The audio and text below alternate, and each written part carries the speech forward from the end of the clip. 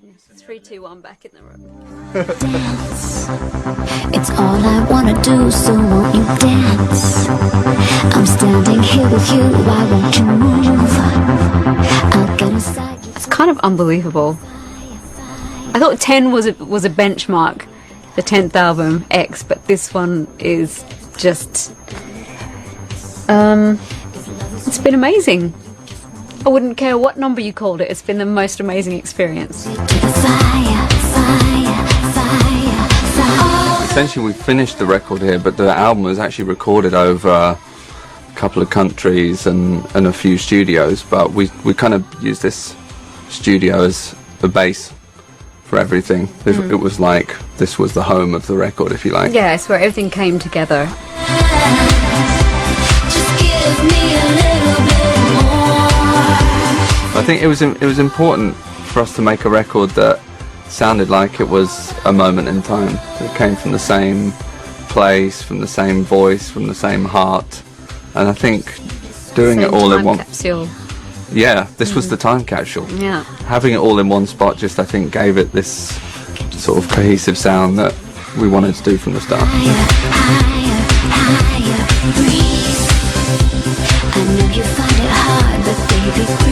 Well, for me, this was a first to have an executive producer. Where's your? Are you missing your little? Yeah, my badge. I am executive producer. So it was just the best experience. And funnily enough, I think it's probably the most cohesive album I've had since the beginning of my career back at PWL days, where that just, by its very nature made it cohesive. And there's a lot to be said for working with different producers and, going around and trying different stuff. And that's worked really well for me in the past, but I definitely wanted someone to tie this together, as Stuart's done so beautifully, so that it existed really as a body of work. Even if it throws you to the fire, fire, fire, fire, fire. The idea was at the forefront of my mind on this album because I'd had that little niggle. Niggle's a good word, isn't it? Niggle, yeah. I think that would express it. just a niggle with the previous two albums, and but the added reason that all of this came around was because of our dear friend Jake Shears from the Scissor Sisters, who was working in this very studio as well. As I'd started recording my album in various studios around the world, and he praised Stuart highly. And loves me dearly, and basically pestered me and said, "You've got to do this, it'd be so amazing." So I've got much to thank Jake for.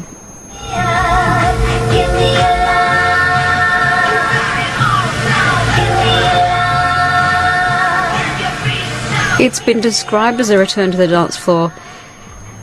I don't think I ever totally left, but it's a return to form, I'd say. Maybe you were in the chill out room for a while. Maybe it was us, Now like you're in back one in room there. or the other, and now we're you walk in the door and there it is. A lot of making any record, I think, is you're kind of staring into the abyss of nothing, and you just have ideas, or you have some songs, and you look at it and you say, what is this, or does this mean anything yet? And then you kind of have a moment where all of a sudden the penny drops and it clicks. We had a session that we started writing some stuff in New York, and it's it's so funny at the beginning of doing something because there's a make or break sort of attitude to it, where I think it either you have to make it work, and so there was definitely a sort of significant moment there where we were watching. We had Barbarella on. The first song we did was about angels. Yeah. And I think there was a seed of an idea of what the record could become at that point, and then I think it really suggested the direction of the record, and at that point we could start sort of sewing everything together and use that as the basis of what the album was. So I think it is that idea of the sort of doors swinging open at the nightclub and come in and you're here, but you have to create this world which with this sort of talk of angels and Yeah, that was the first song we wrote together. Yeah. We had our notebooks at the ready. Yours was a very special one, and mine was from the 99-cent store, which amused him no end. That's a parallel that continues. No, actually it ends there. And one of the titles was Angel. And Stuart asked me, have you ever done a song called Angel? And I thought, I mean, I literally had to think back, because one would imagine I have done a song called Angel, but no, we hadn't. So that was our first song, and yeah, tiny little studio in New York, very compact. It was nice. It was like a little, well, it was kind of like this, wasn't it? We each had a desk, and I think you had the advantage that you were spending a lot of time in New York. So you were living a certain, bubble of life there, and I think that was a different mentality to just checking into a studio, writing for a day and then leaving. There's a slight sense of living what you're doing. Yeah. And I think all that stuff just it can make something feel, I think, more real, because it's you're documenting what's happening. Yeah, you're right. Instead of in and out, here, there, and everywhere.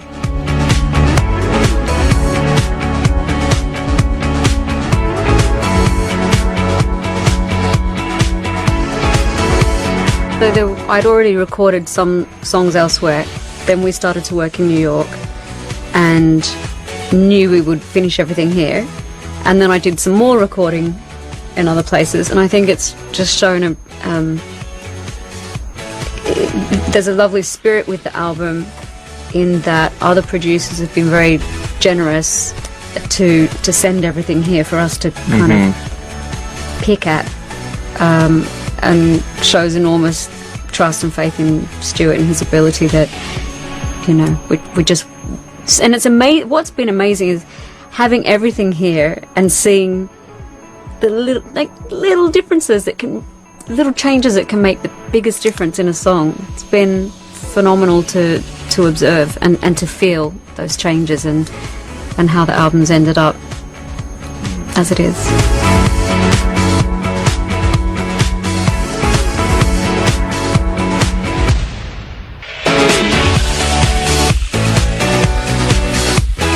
But there's a difference between having songs which you just put together, and whereas songs that you mould together and that you craft together. And we would have songs that were just, maybe a little too far away from what the record was shaping up to be, but just by changing things or reworking things, they became integrally part of the record and important songs, and undoubtedly singles for the album. And I think that's really the sort of, I think a big part of the story of the record is just that everyone that worked on it was open and collaborative and generous. And generous, and it just gave this it just gave a good positive atmosphere to working on an album, as opposed to a collection of songs all vying for the top spot. Even to the point where we had songs with perfectly good vocals recorded elsewhere, but we'd be here and we'd almost it'd be just a little look and be like, yeah. Well, all right. It'd be rude let's just blast one through on the same microphone here, which could not be more relaxed. It's not being in another studio, doors shut, waiting on the cans, kind of feeling, I'm in the studio, I've got to get it right. We just sang here. And it was just the easiest thing, and that also helped to make the songs feel like mine once I'd already recorded them and lived with them for a little bit, and then had that time and space to get to know the song and do it here. And it was just another means of tying everything together.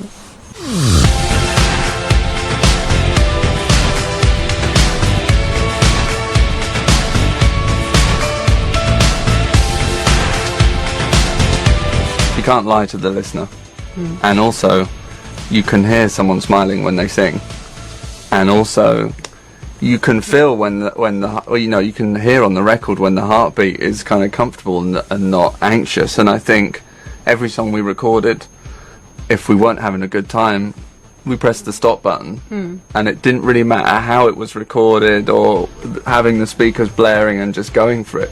It was more a feeling. Yeah. Yeah. There's the old adage of the record sounds like the time you have making it.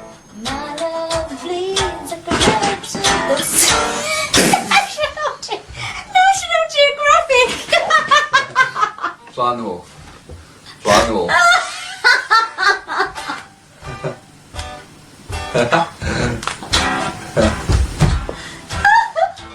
Yeah, I think we've been connected sometime before, because we just got along straight away. And thoughts about the album aside, and I've learned an awful lot working with Stuart on this project.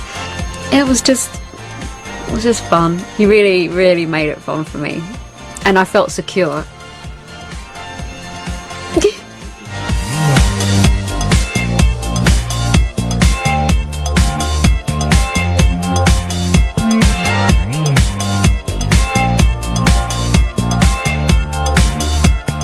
Trying to decide which tracks made it, it needs a highly technical device, which you only, you find in studios like this, the whiteboard. There wasn't really an excess of tracks, because we were always conscious to just evaluate stuff and say, is this right or is it wrong? Does this... Yeah, they reached a turning point where we'd said, okay, no more writing. Yeah. Let's just focus on what we've got. Yeah. I mean, there's a lot of songs that can be, Diamonds in the Rough? And there are things that just felt like they should probably never have worked, but we would look at stuff again and say, well, that wasn't really happening last week, so let's try it again, let's change the style of the song. And again, that's the thing with having everything here, is that we could open stuff back up and put it up on the operating table. Yeah, you had that freedom and liberty to be able to bring the song up that we were feeling like doing that day. I mean, you can't just do... Well, you can, but we tried not to just do track plus vocal equals song. We tried to say, how can we take it further? How can we make 1 + 1 = 3? How can we, bring this all together in an exciting way that it was something that we couldn't have done any other way? And that meant that a lot of the songs that we had were worked on to get them to a sort of a higher level, and it also meant that we didn't just do 50 or 60 songs and see which ones worked. We kept it. It was a really focused, I think, exciting way of making a 12-track record.